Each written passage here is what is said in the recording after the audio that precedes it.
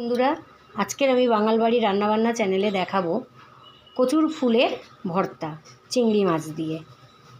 তো দেখুন, কচুর ফুল কেটে নিয়েছি, গ্যাসের উপরে কড়া বসিয়ে জল দিয়ে দিয়েছি। গরম জলের মধ্যে একটু সেদ্ধ করে নেব ফুলটা, দিয়ে দেব লবণ দিয়ে একটু সেদ্ধ করে নেব। দেখুন বন্ধুরা, সেদ্ধ হয়ে গেছে, আমি নামিয়ে নেব। তো দেখুন বন্ধুরা, একটা মিক্সিং বোল নিয়ে নিয়েছি, এর মধ্যে আমি এই কচুর ফুলগুলো দিয়ে দেব। সেদ্ধ করা কচুর ফুল এটাকে দিয়ে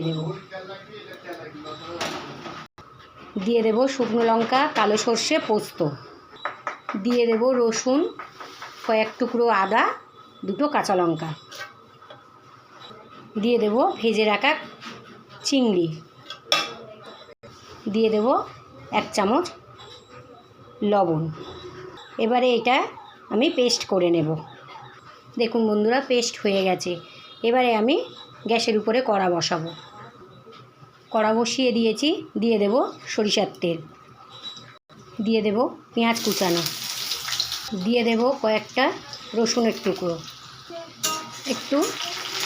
এটাকে একটু ভাজা ভাজা করে নেব, পেঁয়াজ আর রসুনটাকে। দিয়ে দেব অল্প করে লবণ, দিয়ে দেব অল্প করে হলুদ, দিয়ে দেব লঙ্কার গুঁড়ো। আবারও একটু ভালো করে কষিয়ে নেব।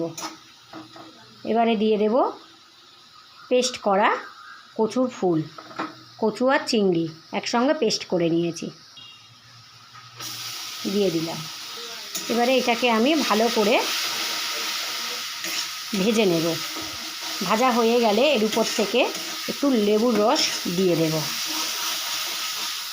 এই 4 পিস লেবুর রস আমি এর মধ্যে চিপে দেব। লেবুর রসটা কেন দিলাম জানেন? বর্ষার সময় যে কোনো কচু গালে ধরে, তো যাতে না গালে ধরে সেই জন্য আমি একটু লেবুর রস দিয়ে দিলাম। লেবুর রস দিলে টেস্টও হয়।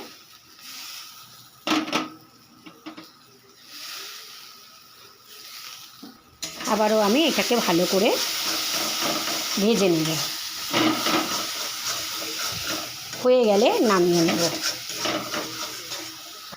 তো দেখুন বন্ধুরা, রেডি হয়ে গেছে চিংড়ি মাছ দিয়ে কচুর ফুলের ভর্তা। এবারে আমি নামিয়ে নেব। তো দেখুন বন্ধুরা, এইভাবে বানিয়ে নিলাম চিংড়ি মাছ দিয়ে কচুর ফুলের ভর্তা। তো আপনারা এইভাবে বাড়িতে বানিয়ে খেয়ে দেখুন, খুব ভালো লাগবে গরম গরম ভাতে। আর তার সঙ্গে সঙ্গে একটা করে লাইক, কমেন্ট, শেয়ার, সাবস্ক্রাইব করে দেবেন। আর ভিডিওটা প্রথম থেকে শেষ পর্যন্ত আপনারা দেখুন কিভাবে আমি বানালাম চিংড়ি মাছ দিয়ে কচুর ফুলের ভর্তা। শুভ দুপুর।